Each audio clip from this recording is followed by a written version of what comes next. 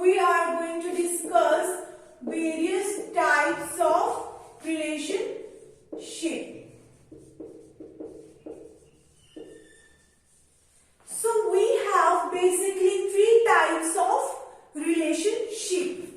First one is one-to-one. Second one is one-to-many. And third one is many-to-many. Okay, one-to-many and many-to-many.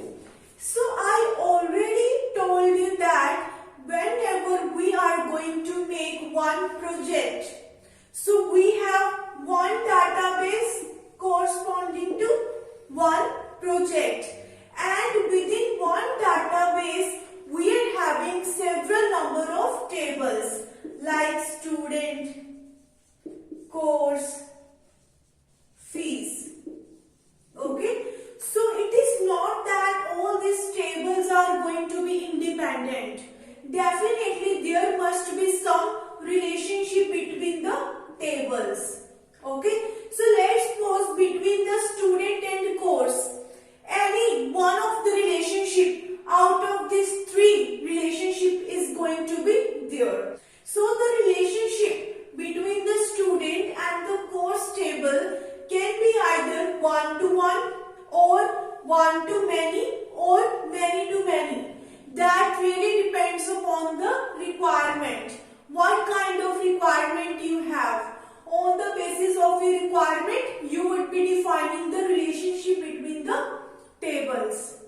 Okay, so this topic is really very important. Okay, the types of relationship is very important topic, because in your entire database you are going to have the tables, and the most important thing to understand is how to define the relationship. Okay, so I told you that we make firstly ER diagram. We make a kind of a flow diagram of our project. Okay, we have not implemented our project yet, but we are just making a kind of prototype, because with the help of ER diagram we will get the complete overview of the project before its actual implementation. After making the graphical representation of your project with the help of entities, relationships and attributes, what you will do later, we are going to convert this ER diagram into the relational model. In the form of tables. Later we will be converting our attributes and entities in the form of tables. Okay.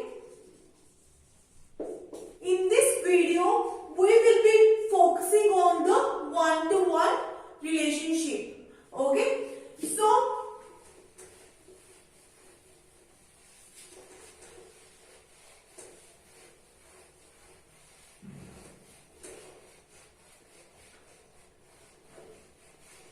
So let's discuss one-to-one relationship in this video. So we have employee entity. Okay, let's suppose I am making a project for some company or some organization. One entity we have is employee, and the second entity we have is, let's suppose, family details. Okay, so we are assuming these two entities, and what kind of relationship we are defining between these two entities is actually one-to-one relationship. How you will get to know that what kind of relationship we have to define between these two entities? Let's try to understand that one employee, okay, one employee is having only one family detail. One employee is having only one family detail. Let's suppose Aarti, okay, let's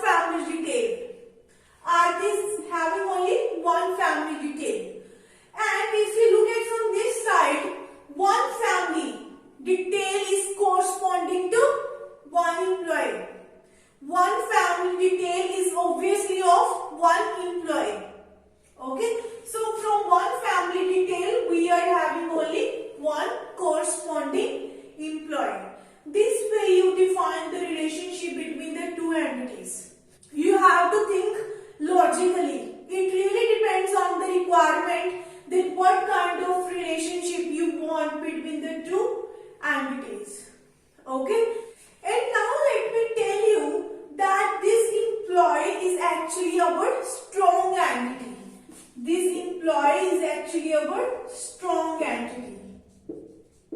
It has its own key attribute. But if you look at the family details, it is really a weak entity. How I determined that this is a weak entity? Because there is no existence of the family details without employee. You know, if some employee is not in your company, then what is the use of keeping family details of that employee?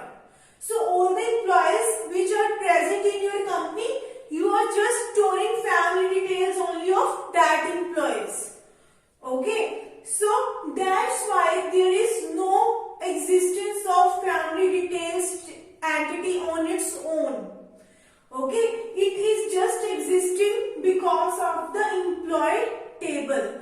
If you delete the employee table, definitely you would be deleting the family details. That's how I determined that it is a weak entity. And what is the relationship between employee and family detail? There is a weak relationship because we have a relationship between strong entity and the weak entity. So this is the weak relationship, or you can call this relationship as the identifying relationship. Identifying relationship. Okay. So now let me convert these entities in the form of tables. Okay. Let's suppose what are the attributes of employee? We have an employee ID, employee name, and we have a city. Okay. In the family details, what are the attributes we have? Let's suppose mother name and we have a father name. Okay, so these are the attributes of entity and the family detail. So what we will be doing now, let me convert it into the table. So I have a one employee entity. Okay, and we have various attributes: employee ID, name and city. Okay, we have a family details table.